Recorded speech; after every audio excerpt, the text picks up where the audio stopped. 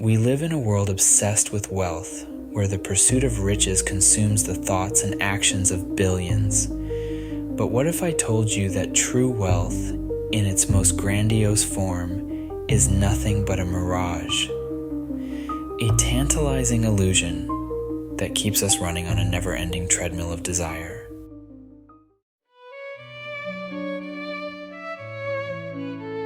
Wealth, in its ultimate form, is not a destination but a horizon, always visible, yet forever receding as we approach it.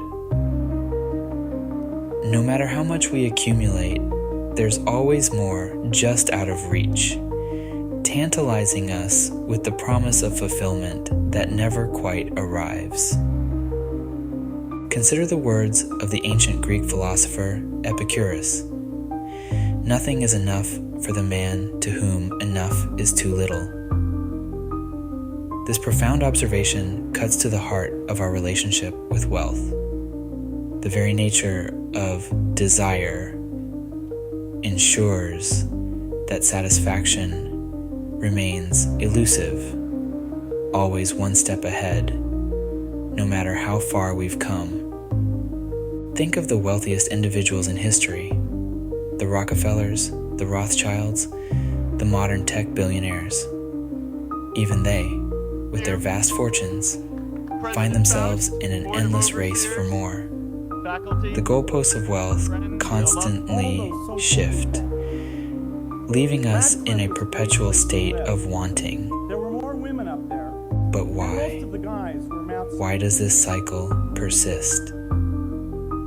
The answer lies in the very fabric of our economic system and the psychological traps it sets for us.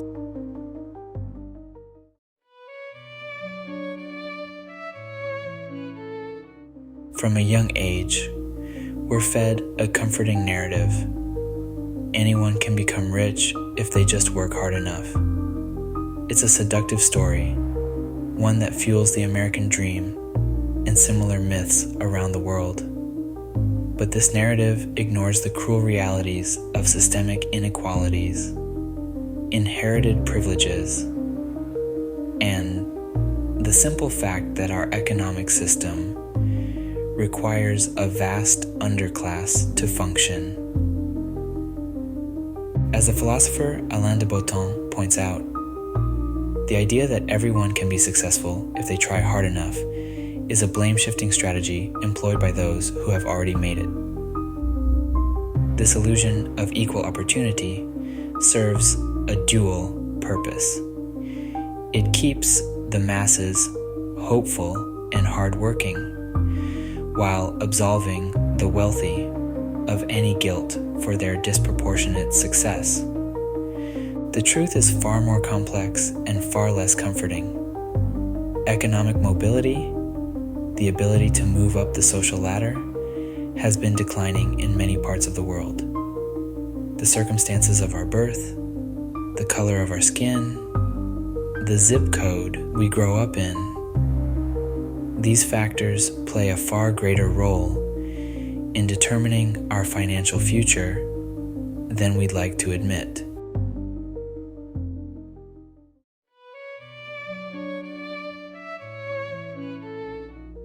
We see the smiling faces of the wealthy plastered across magazines and screens, their lives seemingly perfect, their happiness apparently complete.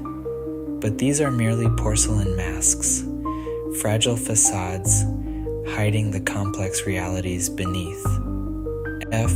Scott Fitzgerald in The Great Gatsby described one such mask.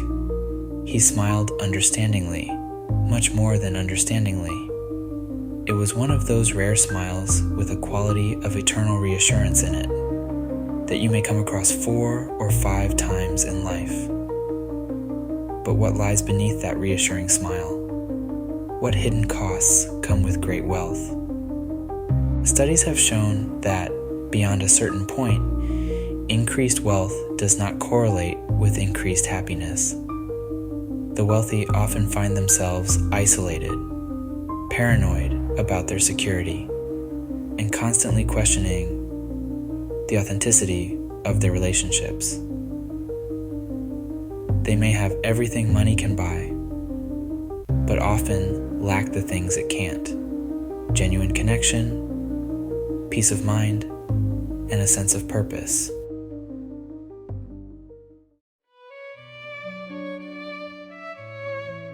Here's a truth that many find hard to swallow.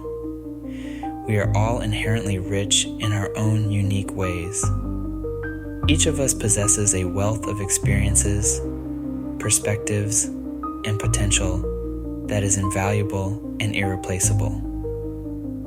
Ralph Waldo Emerson wisely stated, "The only true gift is a portion of yourself." This profound insight invites us to reconsider what true wealth means.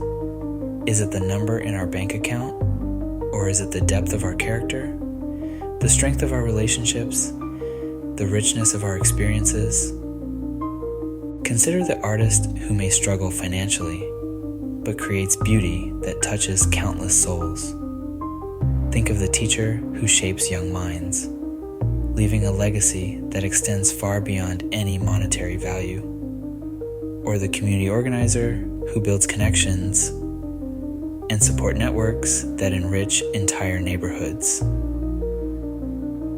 These individuals may not be rich by society's narrow definition, but they possess a wealth that cannot be quantified or taken away.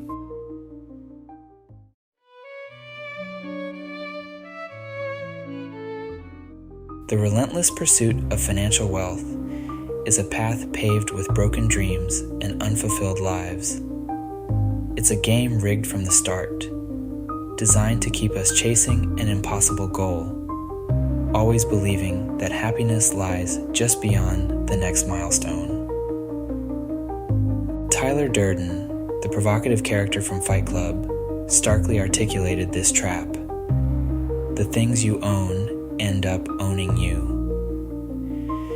This statement cuts to the core of our relationship with material wealth.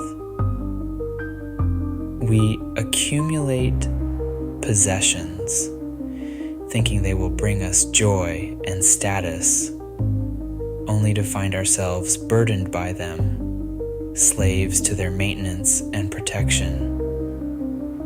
The pursuit of wealth often comes at the cost of our time, our health, and our relationships, the very things that truly make life rich and meaningful. We sacrifice the present moment for a future that never quite arrives, always putting off happiness and fulfillment for someday.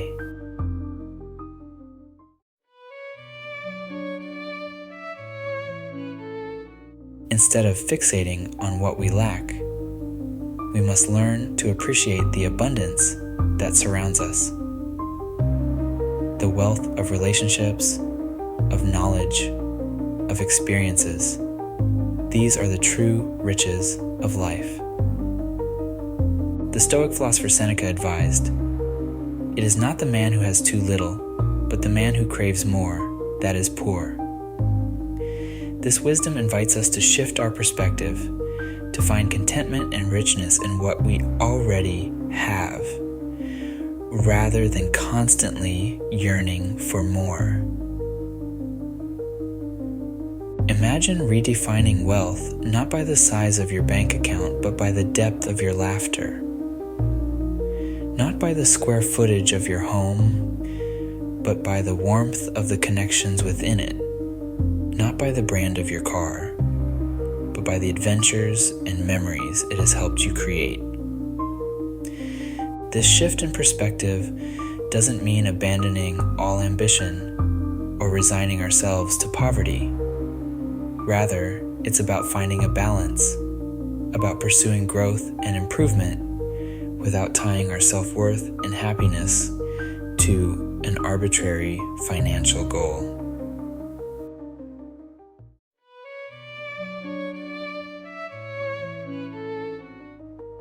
Humanity's greatest ambition has always been to become rich, yet this very ambition often leads to our greatest misery. We sacrifice our time, our health, and our relationships on the altar of wealth, only to find ourselves empty-handed in the end. The philosopher Alan Watts once said, "We thought of life by analogy with a journey, a pilgrimage, which had a serious purpose at the end, and the thing was to get to that end, success or whatever it is, or maybe heaven after you're dead. But we missed the point the whole way along. It was a musical thing, and you were supposed to sing or to dance while the music was being played." This beautiful analogy reminds us that life is not merely about reaching a destination, be it wealth or any other goal. It's about the journey itself, about finding joy and meaning in each step along the way.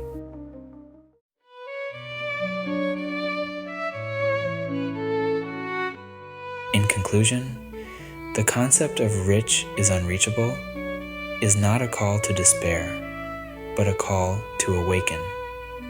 It's an invitation to redefine wealth on our own terms, to find richness in the seemingly mundane aspects of our lives. Remember, in the grand tapestry of existence, we are all equally wealthy and equally impoverished. Our task is not to accumulate more, but to fully appreciate and utilize what we already possess. As we close this exploration, I leave you with a quote from the Tao Te Ching. "He who knows he has enough is rich." Ponder on this, and may you find the true wealth that has been within you all along.